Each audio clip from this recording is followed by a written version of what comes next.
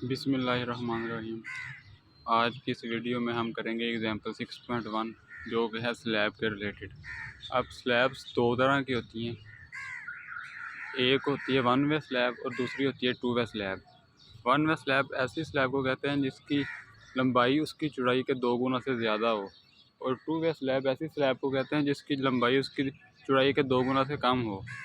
तो 6.1 एग्जाम्पल करते हैं जिसमें वो कह रहा है कि design a slab of 10 metre multiply 3.75 metre supports over 342 millimetre thickness wall of all 4 sides. The slab is a part of a residential house.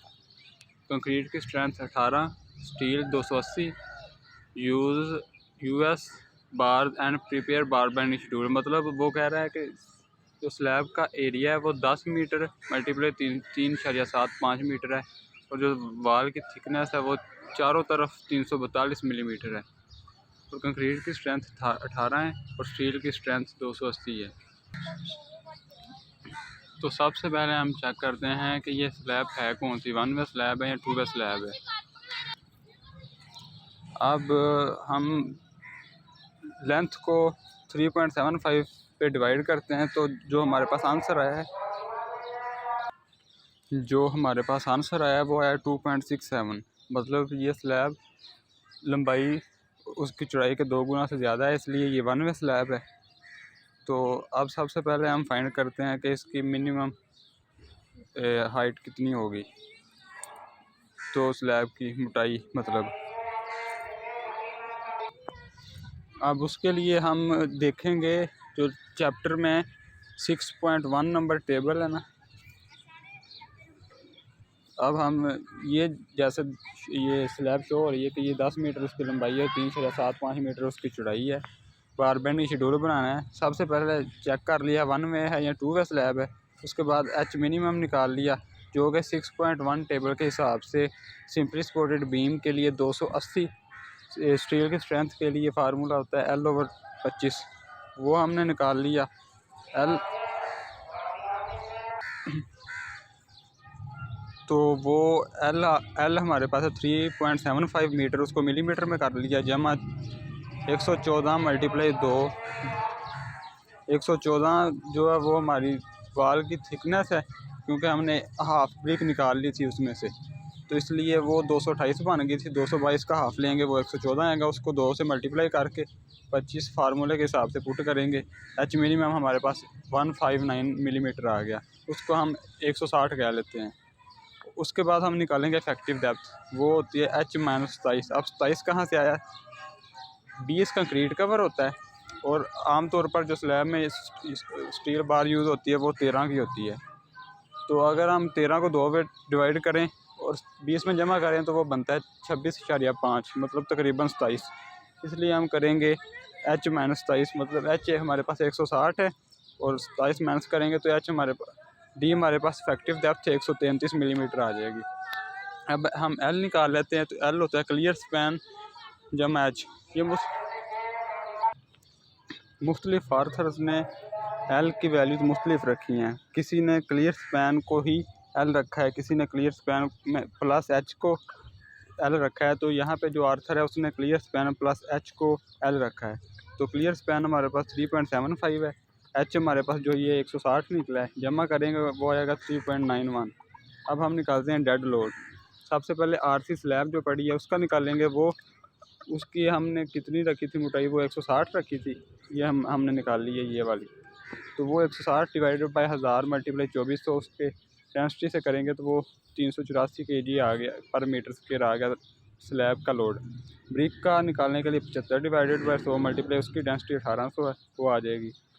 PCC और ट्राजू के लिए हम 60 को डिवाइड करेंगे और उसकी डेंसिटी 2300 है, उससे मल्टीप्लाई करेंगे तो वो 138 आ जाएगा। ये सारा डेड लोड है, तो इसलिए हम इस सब को जमा करेंगे 657 kg पर मीटर स्क्वायर आ गया है। अब हम लाइव लोड निकालते हैं। तो लाइव लोड सब पहले चैप्टर में हमने देखा था, रेजिडेंटल बिल्डिंग के लिए 200 kg पर मीटर स्क्वायर रखते हैं, ये हमारे अपने ऊपर डिपेंड करता है।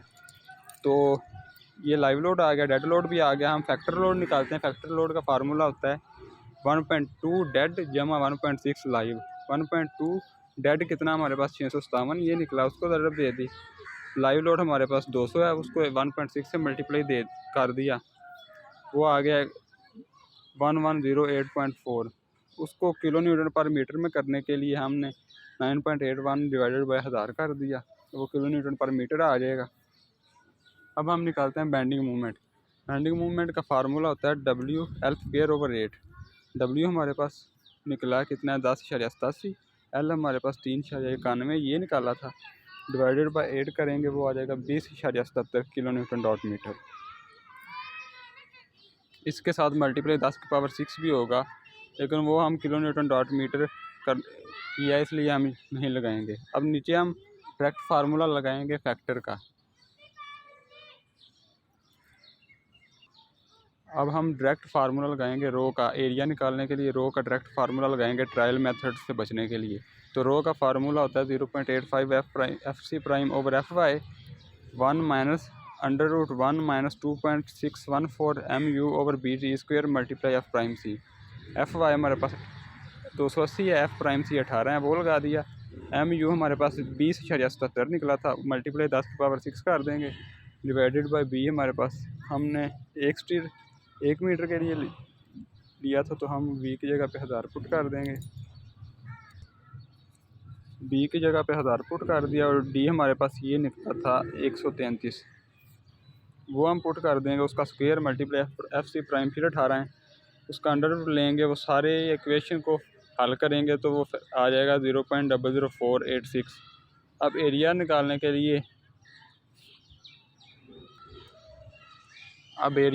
के लिए हम रो को BD से मल्टीप्लाई कर देंगे। रो हमारे पास ये निकली है 0.00486, B हमारे पास 1000 है, और D हमारे पास 133 है। मल्टीप्लाई करेंगे वो आ जाएगा 648 मिलीमीटर स्क्वायर। एरिया हमारे पास आ गया। अब हम चेक करेंगे कि हम कौन सी बार यूज़ करें, 10 नंबर बार या 13 नंबर। सबसे पहले 10 नंबर बार के लिए हम स्पेसिंग का फार्मूला होता है 1 bar area over total area multiply 1000। 10 number bar का एरिया होता है 71 डिवाइडेड बाई 648, ये निकला या टोटल वाला, मल्टीप्लाई 1000 करेंगे तो हमारे पास स्पेसिंग आ गई 109.56। हम कह देते हैं जी ये 100 मिलीमीटर, ज़्यादा नहीं करनी, जितनी स्पेसिंग आएगी उससे कुछ कम स्पेसिंग रखनी है, ज़्यादा नहीं राउंड अप करना। तो अब हम इस हिसाब से एरिया निकाल लेते हैं कितना निकलता है। एरिया का फार्मूला होता है 1 bar area over spacing multiply 1000, तो 71 डिवाइडेड बाई 100 मल्टीप्लाई 1000 करेंगे 710 मिलीमीटर स्क्वायर आ गया। हमारा जो एरिया एक्चुअल निकला है वो 648 है, और जो 10 नंबर बार यूज़ करके निकल रहा है वो है 710 मिलीमीटर स्क्वायर। अब हम चेक करते हैं 13 नंबर बार का। उसके लिए भी सेम स्पेसिंग का फार्मूला 1 बार एरिया 131 है 13 नंबर बार के लिए, ओवर 648 टोटल एरिया मल्टीप्लाई 1000, तो वो आ जाएगा 202.16 मिलीमीटर स्पेसिंग। वो हम उसे राउंड अप करके 200 कह देते हैं। एरिया का फार्मूला होता है 1 bar area over spacing multiply 1000, तो वो हमारे पास निकला 655 मिलीमीटर स्क्वायर। मतलब अगर 13 नंबर बार यूज़ करेंगे 655 मिलीमीटर स्क्वायर एरिया निकलेगा, अगर 10 नंबर करेंगे तो 710। हमारा एक्चुअल एरिया निकला 648, तो हम जो करीब है वो यूज़ करेंगे, मतलब 13 नंबर बार। हम 13 number bar at the rate spacing of 200 millimetre centre to centre use करेंगे। अब हम मैक्सिमम स्पेसिंग चेक करेंगे कि मैक्सिमम स्पेसिंग इसकी कितनी हो सकती है। उसके लिए हम 4 ट्रायल करेंगे। सबसे पहले हमने पहला पॉइंट पुट किया जो कि है 2H हमारे पास 160 है, उसको 2 से मल्टीप्लाई करेंगे वो आ जाएगा 320 मिलीमीटर। अब दूसरा पॉइंट हमारे पास आ गया 300 मिलीमीटर। तीसरा निकालेंगे तो वो आ जाएगा 159,600 over FY - 2.5 concrete cover. FY की जगह 280 पुट करेंगे। कंक्रीट कवर हमारे पास 20 होता है स्लैब के लिए, तो वो आ जाएगा 520 मिलीमीटर। चौथा पॉइंट हमने किया 126,000 ओवर FY 280 हमने पुट किया 450 आ गया। इसमें सबसे लोएस्ट वैल्यू हमारे पास निकली है ये 300, मतलब हमारी मैक्सिमम स्पेसिंग हो सकती है 300 इसके लिए मिलीमीटर, लेकिन हमारी कितनी निकली है 13 नंबर बार के हिसाब से 200, मतलब हमारी ये स्पेसिंग ओके है। अब हम निकालेंगे टेम्परेचर बार के लिए। टेम्परेचर बार के लिए स्टील निकालने के लिए करेंगे फार्मूला 0.002 BH। B हमारे पास 1000, H हमारे पास 160 निकाला था, 320 मिलीमीटर स्क्वायर आ गया। अब हम इसके लिए यूजिंग 10 नंबर बार करेंगे। स्पेसिंग निकालेंगे। स्पेसिंग का वही formula 1 bar area over total area multiply 1000, वो 71 है, 10 नंबर बार का एरिया होता है, ओवर टोटल एरिया 320 निकला है, वो आ जाएगी 221 मिलीमीटर। तो उसको हम 200 कह देते हैं जी मिलीमीटर स्पेसिंग। एरिया का फार्मूला होता है 1 bar area over spacing multiply 1000, तो वहाँ हमारे पास निकला है 350 मिलीमीटर स्क्वायर।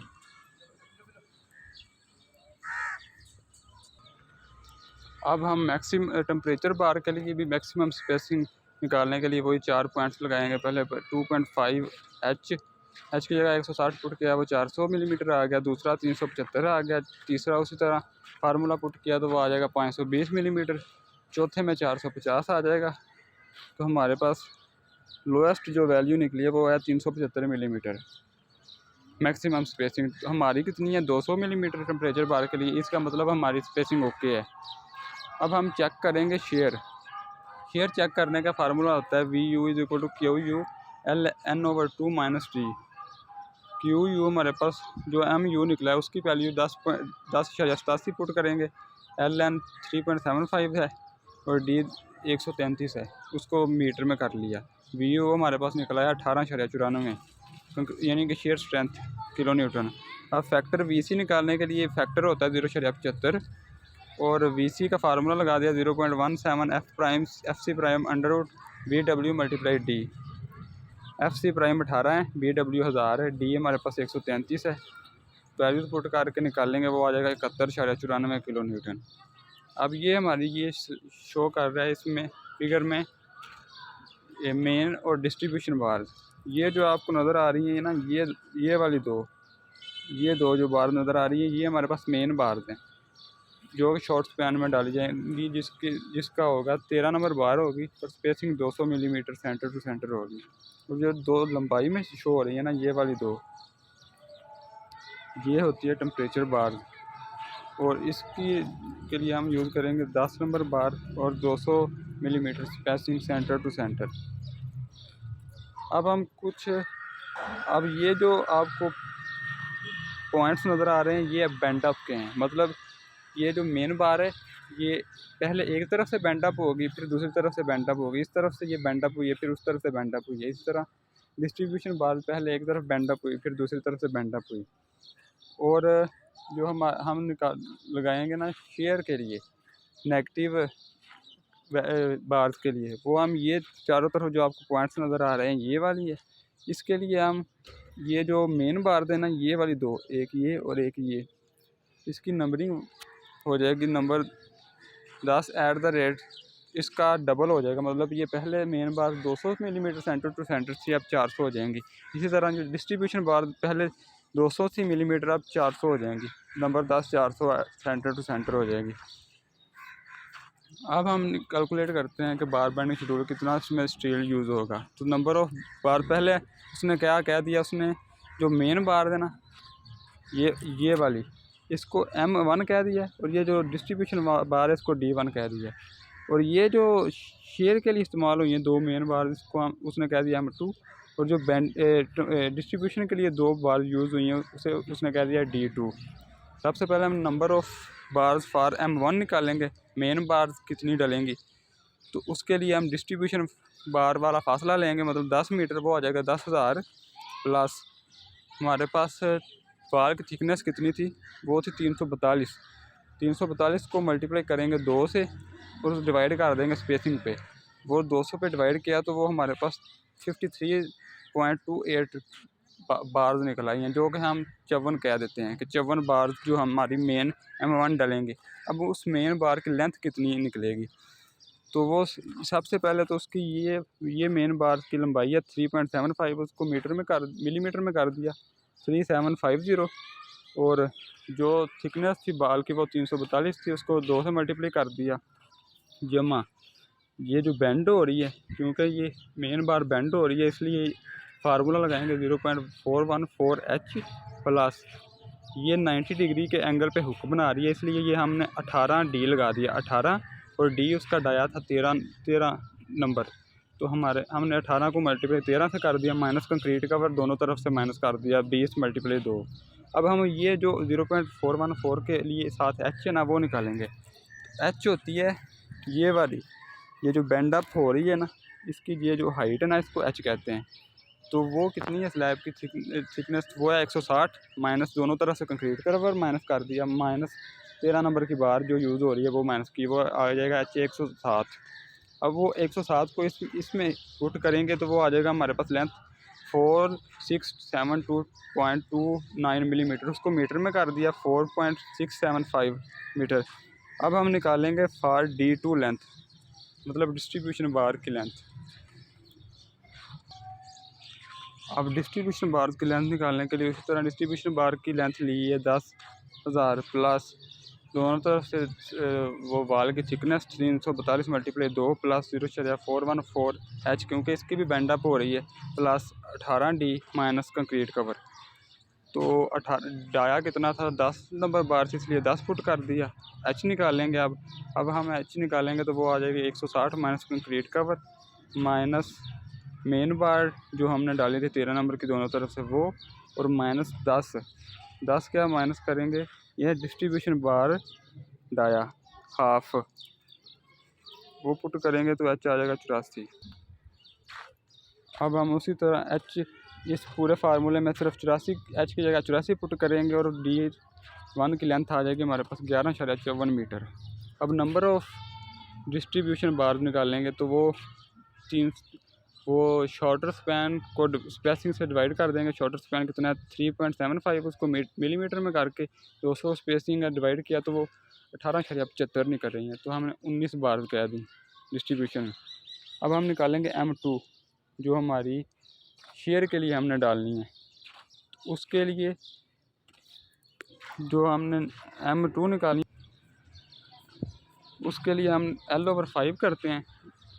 जो हमारा किनारे से L/5 करेंगे तो वो आएगा 750 फुट किया जमा 342 उसी तरह वाल की थिकनेस प्लस 18D, क्योंकि ये भी हुक बना रही है तो D हमारे पास 10 है, 10 फुट कर दिया माइनस कंक्रीट कवर करेंगे तो वो 1.252 मीटर आ गई।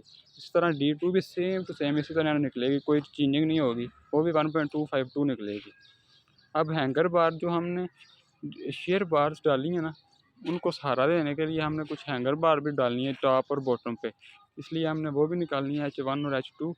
H1 निकालने के लिए उसकी लेंथ कितनी है टोटल स्लैब की 10 metre minus L/5 multiply by 2 दोनों तरफ से, तो L/5 आ जाएगा 750 मल्टीप्लाई 2, 10 में से माइनस करेंगे तो वो 8.50 मीटर आ जाएगी H1। अब H2 निकालेंगे तो वो छोटर स्पैन में 3.75 माइनस L/5 मल्टीप्लाई 2 करेंगे वो 2.25 मीटर आ जाएगी। अब हमने L/5 मल्टीप्लाई 2 क्यों किया, क्योंकि ये जो हमने शेयर बार्स डाली है ना, ये आप देख रहे हैं कि ये शेयर बार्स हर तरफ से डली हैं, तो ये इस हिस्से से लेके इस हिस्से तक तो शो करवा रही हैं, ये तो हो रही हैं शो, मतलब यहाँ पे हमें हैंगर बार डालने की ज़रूरत नहीं है, हमें हैंगर बार डालनी है दरमियान वाले हिस्से में H1 जो आप शो हो रहा है H1 H2, तो इसलिए हमने L/5 पे डिवाइड किया ताकि वो उतना हिस्सा बाहर माइनस हो जाए। अब हम उसी तरह बार बेंडिंग शेड्यूल के लिए वो एक टेबल बनाएंगे। सबसे पहले मेन बार, फिर मेन बार 2, फिर डिस्ट्रीब्यूशन बार 1, फिर डिस्ट्रीब्यूशन बार 2, फिर हैंगर बार 1, हैंगर बार 2। अब हमने मेन बार के लिए जो नंबर ऑफ़ बार निकाली थी वो ये है 53, और M2 के लिए हमने जो निकाली थी वो थी 19, D1 के लिए वो 19 आ गई। M2 के लिए हमने निकाली थी 53, तो वो हमने यहाँ पे 53 फुट कर दी, और D2 के लिए भी हमने 19, क्योंकि M1 और D1 की जितनी निकलेंगी बार उतनी M2 और D2 की भी निकलेंगी। और हैंगर बार हमने चारों तरफ डालनी है, इसलिए 4 आएंगी। लेंथ हमने हर एक की निकाल ली है, वो पुट कर लेंगे main bar 1, main bar 2, distribution bar 1, distribution bar 2, और हैंगर बार 2, सबकी लेंथ पुट कर देंगे। डाया भी हमें सबका पता है, इसलिए डाया भी सारा का पुट कर देंगे। अब नंबर 13 की बार का जो वेट होता है वो होता है 0.994, और जो नंबर 10 की बार का वेट होता है वो होता है 0.560। तो हम पहले 13 वाली बार का कैलकुलेट करेंगे तो वो उसका वेट 0.994 को मल्टीप्लाई करेंगे 53 से, नंबर ऑफ़ बार से फिर उसकी लेंथ से मल्टीप्लाई करेंगे वो 246 आ जाएगा। इसी तरह नंबर 10 वाली बार 0.560 वेट होता है, उसको 53 से मल्टीप्लाई करेंगे, मल्टीप्लाई 1.252 करेंगे, उसका वेट आ जाएगा। इसी तरह D1 भी 10 है, D2 भी 10 है, H1 भी 10 है, H2 भी 10 है, सबका सेम ही वेट आया है 0.560। उसको उसकी नंबर ऑफ़ बार्स और लेंथ से मल्टीप्लाई करेंगे, सबका वेट निकल आएगा। अब इन सब वेट्स को जमा करेंगे तो टोटल वेट हमारे पास आ गया 443.46 kg। लेकिन हम बार बेंडिंग शेड्यूल के लिए 5% एक्स्ट्रा स्टील देते हैं ताकि कटिंग वगैरह के दौरान जो स्टील ज़ाया कुछ हो सकती है, इसलिए हम 5% एक्स्ट्रा स्टील देते हैं। वो हम 5% निकाल लेंगे इस टोटल का, वो आ जाएगा 22.1 kg। तो वो उसको जमा करेंगे 443 में, तो वो टोटल वेट हमारे पास आ जाएगा 465.63 kg, जो हमारा इस पूरी वन वे स्लैब में यूज़ होगा। मेन बार, डिस्ट्रीब्यूशन बार, हैंगर बार, इन सब के तौर पे जो हमारा टोटल स्टील यूज़ होगा वो हमारा 465.63 kg यूज़ होगा। ये था हमारा आज का लेक्चर, जिसमें हमने वन वे और टू वे स्लैब के दरमियान फ़र्क देखा। उसके बाद हमने वन वे स्लैब और टू वे स्लैब के लिए स्पेसिंग और उसका एरिया निकालने का तरीका देखा। फिर हमने हर एक के लिए उसकी नंबर ऑफ़ बार और लेंथ किस तरह निकालते हैं वो देखा। और लास्ट पे हमने उसका वेट निकाल लिया कि मेन बार के लिए, डिस्ट्रीब्यूशन बार के लिए और हैंगर बार के लिए कितना वेट आएगा। उस सब वेट को जमा किया, उसमें 5% एक्स्ट्रा स्टील ऐड किया, और जो हमारे पास टोटल स्टील आया वो हमारा वन वे स्लैब के लिए जो टोटल स्टील आया यूज़ होगा वो आ गया। ये था हमारा आज का लेक्चर। बिस्मिल्लाहिर्रहमानिर्रहीम। Example 4.3 a T beam has the following data. T beam है जिसका गिवन डाटा उन्होंने दिया हुआ है। बी जो है वो 800 mm है। डी हमारे पास 450 जो इसकी डेप्थ है 450 mm। बी डब्ल्यू जो है वो 350 mm है, और एच जो हमारे पास है वो 125 mm है। यू C20 MPa का कंक्रीट यूज़ हुआ है, और 420 ग्रेड का स्टील जो है ना वो इसमें यूज़ हुआ है। Calculate the design flexural strength for the following two. इसकी जो फ्लेक्चुरल स्ट्रेंथ है ना वो डिज़ाइन करनी है दो केसेस की मदद से। पहले केस में एरिया ऑफ स्टील हम यूज़ करेंगे 3900 mm स्क्वायर, और फिर दूसरे केस में एरिया ऑफ स्टील यूज़ करेंगे 3000 mm स्क्वायर। तो इसका सॉल्यूशन स्टार्ट करते हैं। ये केस 1 में considering the neutral axis with in the flange. सबसे पहले हम ये मालूम करेंगे जो इसका न्यूट्रल एक्सिस है वो with in the flange lies कर रहा है या नहीं कर रहा। तो उसके लिए हमने फाइंड करना है ए। न्यूट्रल एक्सिस फाइंड करने के लिए जो फार्मूला होता है वो बेसिकली ये वाला सी वाला यूज़ होता है। तो सी में चूँकि ए यूज़ होता है तो ए हमारे पास नहीं है, इसलिए हम ए को पहले फाइंड कर लेंगे। ए का फार्मूला है A S multiply F Y over 0.85 F C prime multiply B. तो एरिया ऑफ स्टील 3900 है, एफ वाई जो है 420 है 0.85, F C prime compressive strength जो है वो 20 है, और जो बी है वो हमारे पास 800 mm है। तो इनको जो कैलकुलेट करने से हमारे पास आंसर आएगा वो 120.5 mm आएगा। ए की वैल्यू हमारे पास फाइंड हो गई। अब हम इजीली सी फाइंड कर सकते हैं। सी फाइंड करने का जो फार्मूला है वो ए ओवर बीटा वन की जो कीमत होती है वो 0.85 होती है। अच्छा, इसका जो आंसर है वो 141.7 mm वो लार्ज है एच से, यानी कि neutral axis lies outside the flange. Neutral axis with in the flange lies नहीं कर रहा, ये आउटसाइड पे है। तो अब जो फार्मूला आगे नेक्स्ट यूज़ करना है वो ये है A S F is equal है 0.85 बीटा वन की भी जो कीमत होती है वो 0.85 हम यूज़ करते हैं। एफ सी प्राइम ये 20 हमें बता गया ऊपर, और एफ वाई जो है वो 420 ये बता गया है।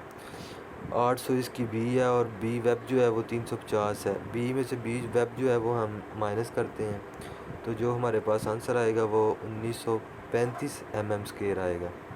आगे फिर हम ए एस डब्ल्यू फाइंड कर। A S W is equal है area of steel minus A S flange. Area of steel जो फ्लैंज क्या वो हम माइनस करते हैं टोटल एरिया ऑफ स्टील में से 3900, ये ऊपर जो हमने ये वाली निकाली है ना, ये माइनस करनी है 3900 में से, तो हमारे पास जो आंसर आएगा वो 1965 mm² आएगा। आगे फिर नेक्स्ट हम ए फाइंड करते हैं। तो ए का फार्मूला जो ऊपर यूज़ हुआ है ए एस नहीं, इधर और यूज़ होगा area of steel web ASW multiply FY 0.85 FC prime, आगे BW जो बी की वेब है ना वो 1965 मल्टीप्लाई 420 0.85 मल्टीप्लाई 20 मल्टीप्लाई 350, और जो आंसर आएगा वो 138.7 mm। आगे हम ये फाइंड करते हैं AL beta 1 600 over 1200 plus FY multiply D। ये बीटा 1 की जो वैल्यू है वो 0.85 है, मल्टीप्लाई 600 ओवर 1200 प्लस 420 मल्टीप्लाई 450, तो जो हमारे पास आंसर आ रहा है वो 141.7 है। ए लेस देन इक्वल देन है एल से the limiting tensile strain is produced in the steel. तो टेंसाइल स्ट्रेन प्रोड्यूस्ड हो रही है लिमिटिंग स्टील में, तो जो 5B की वैल्यू हम यूज़ करेंगे वो 0.9 यूज़ करेंगे हम। 0.9 मल्टीप्लाई 1965 ज़रब 420 इंटू 450 माइनस 138.7/2। तो ये हमारे पास इनको कैलकुलेट करने से जो मूवमेंट हमारे पास आ रही है वो 573.0 किलो न्यूटन मीटर आ रही है। सेम इसी तरह हम केस 2 अब फाइंड करेंगे। केस 2 में जो हम ऊपर हमें वो बता गया कि area of steel 3000 mm use करना है, तो पहले हम ए फाइंड कर लेंगे क्योंकि सी फाइंड करने के लिए पहले ए फाइंड करना ज़रूरी है। तो अब जो neutral axis lies with in the flange, A find किया फिर सी फाइंड किया, तो जो ए है वो अब लाइज कर रहा है फ्लैंज में। T beam behaves like a rectangular beam, तो जो अब टी बीम हमारे पास बनेगा वो रेक्टेंगुलर टी बीम होगा B ज़रब D। तो इसके लिए जो मूवमेंट का फार्मूला है वो हमारे पास कुछ इस तरह से आएगा 5B AS FY D minus A/2। 0.9 आ जाएगा 5B की जगह पे, आगे ये 3000 आ जाएगा, फिर 420 जो है वो FY है इनटू D जो है 450 डेप्थ वो बता के गया है। ए ऊपर ये इधर हमने फाइंड किया है ये वाला, तो 92.6/2 बटा 10⁻⁶ आ जाएगा। तो ये कैलकुलेट करने से हमारे पास जो मूवमेंट आएगा वो 457.8 किलो न्यूटन मीटर आएगा। एग्जांपल जो है 4.3 वो इधर तक हमने कंप्लीट कर ली है। आगे हम एग्जांपल स्टार्ट करते हैं 4.4। Design a T-beam section to be used as an interior simply supported beam of clear span। clear span जो हमारे पास है वो 5 मीटर है। The slab panels on both side पे जो है ना वो slab panels of the beam are 5 metre ज़रब 3.5 मीटर। both side पे जो है ना वो ये 5 metre multiply 3.5 metre. Factor slab load is to be, जो फैक्टर स्लैब लोड है वो हमारे पास 15 किलो न्यूटन पर मीटर स्क्वायर है। FC प्राइम 17 MP है, FY 420 MP है, और H जो हमारे पास है वो 125 mm है। BW हमारे पास B वेब जो है वो 300 mm है, और HB हमारे पास 575 mm है। यूज़ SI बार यूज़ करनी है। The slab is on the compression sides. Okay, तो इसमें भी हमारे पास जो है ना दो केसेस हैं। पहले केस में design the beam of the calculate loading calculate करनी है, और दूसरे में design the beam if the force positive movement is 1000 kilo newton metre. ठीक हो गया। जो फैक्टर्ड पॉजिटिव मूवमेंट है वो 1000 किलो न्यूटन मीटर है। सोल्यूशन हम इसका करते हैं। LY 5 मीटर है, क्लियर स्पैन LX जो है वो 3.5 मीटर है। फिर फैक्टर्ड स्लैब लोड हमारे पास 15 किलो न्यूटन मीटर स्क्वायर है। HB जो है वो 575 इसकी टोटल है, और H इसमें से जो हम फाइंड करते हैं वो माइनस कर देते हैं 75, तो हमारे पास बच जाता है 500 मिलीमीटर। BW हमारे पास 300 mm आएगा, H हमारे पास 125 mm आएगा, FC prime compressive strength of जो है कंक्रीट वो 17 MP है, और FY हमारे पास 420 MP है। तो केस 1 में सबसे पहले हम जो फाइंड करते हैं वो factor self weight of the beam का जो अपना सेल्फ वेट होता है ना, वो हम फाइंड करते हैं। सेल्फ वेट फाइंड करने के लिए जो फार्मूला यूज़ करते हैं वो ये हमारे पास ना ये है 1.2 multiply 0.300 multiply 575 minus 125 over 1000 ज़रब 2400 ज़रब 9.81 over 1000। तो ये हमारे पास जो आंसर आया है वो 3.32 किलो न्यूटन पर मीटर। अच्छा, ये हम वैल्यू नीचे और यूज़ कर रहे हैं ना 1000, ये इनको किलो न्यूटन पर मीटर में करने के लिए ना ये हमने कैलकुलेट किया है। आगे हम इसका R फाइंड करेंगे। R इज़ इक्वल है LX ओवर LY, ये ऊपर इनकी ना वैल्यू दे गया है। LX की 3.5 मीटर और LY की जो 5 मीटर क्लियर स्पैन। तो इसका जो आंसर आएगा वो 0.7 आएगा। आगे हम जो नेक्स्ट स्टेप करेंगे width of slab supported by the beam. तो इसका जो फार्मूला है वो 1 minus R square over 3 LX है। 1 माइनस आर ऊपर ये जो हमने फाइंड किया ये 0.7, ये इधर इसका स्केयर लेंगे ओवर 3 मल्टीप्लाई 3.5, ये ऊपर हमें वैल्यू बता गई है LX की। तो आंसर हमारे पास जो आएगा वो आएगा 2.93 मीटर।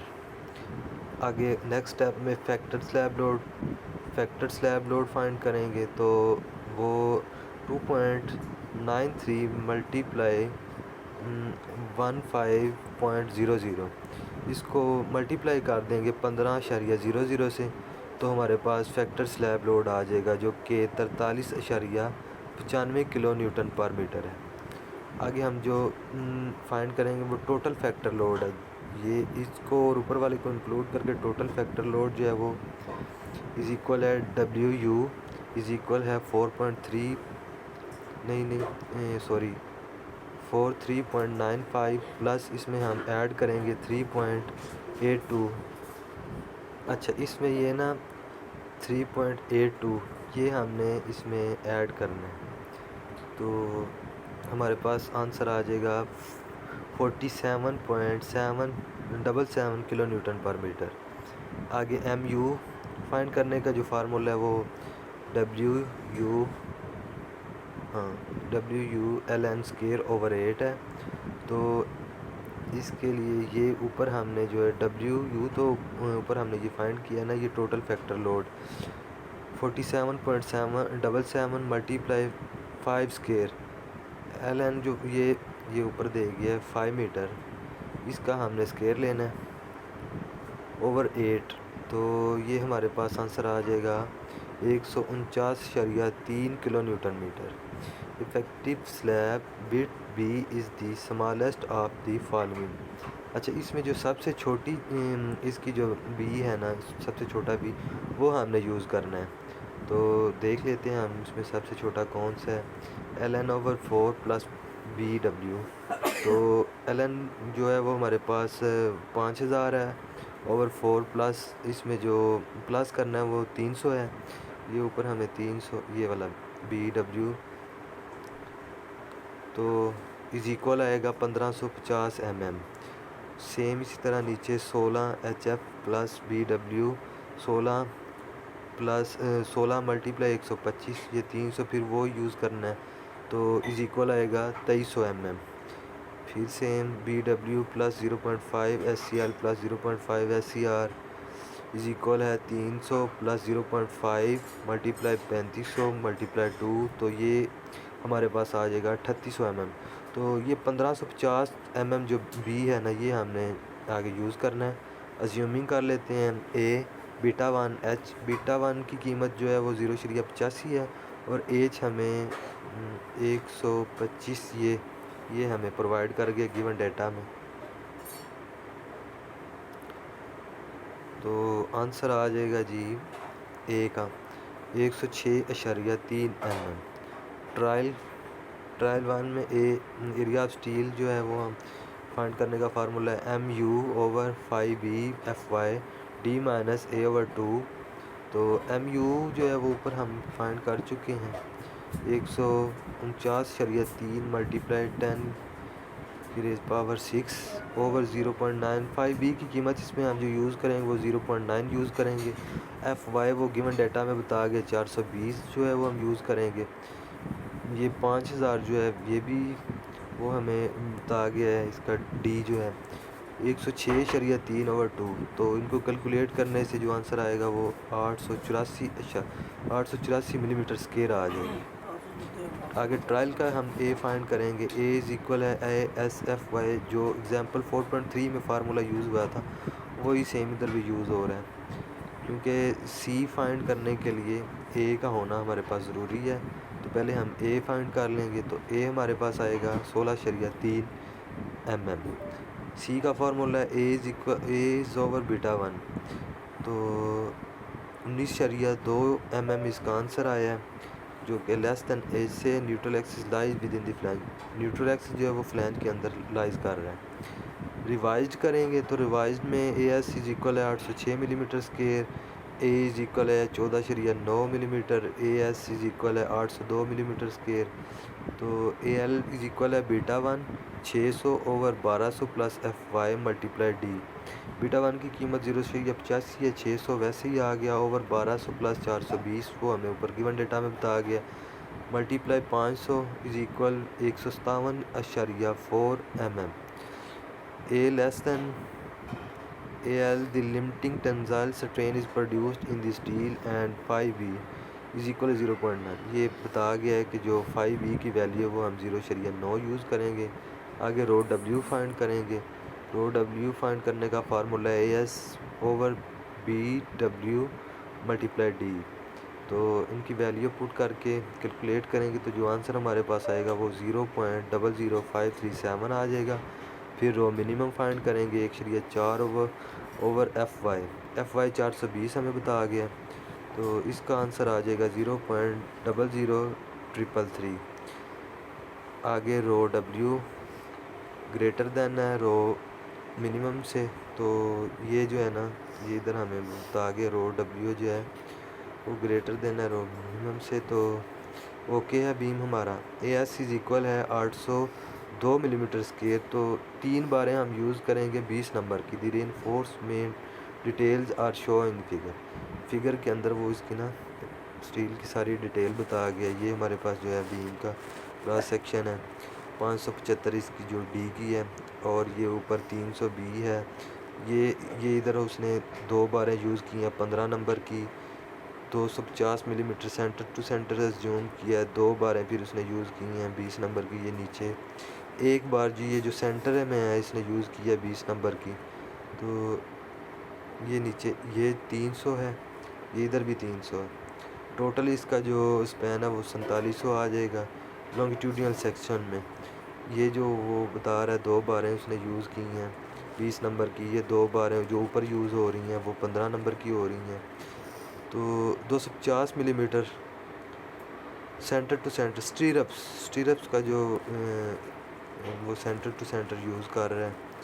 आगे केस 2 में हम मोमेंट ये हमें बता गया है ऊपर इधर केस 2 में जो है ये वाला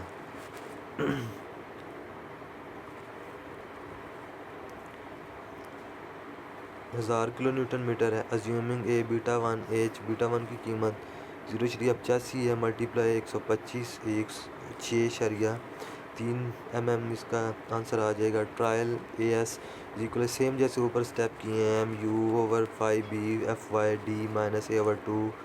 इनकी वैल्यू को कैलकुलेट करेंगे तो आंसर आ जाएगा 5920 mm।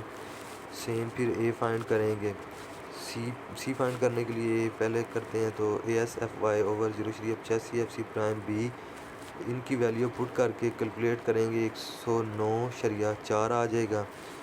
ए ओवर β1, तो इसका आंसर सी हमारे पास आएगा 128.7 mm, जो कि लेस देन एज से neutral axis lies outside the flange. जो न्यूट्रल एक्सिस है वो आउटसाइड फ्लैंज से आउटसाइड लाइज कर रहे हैं।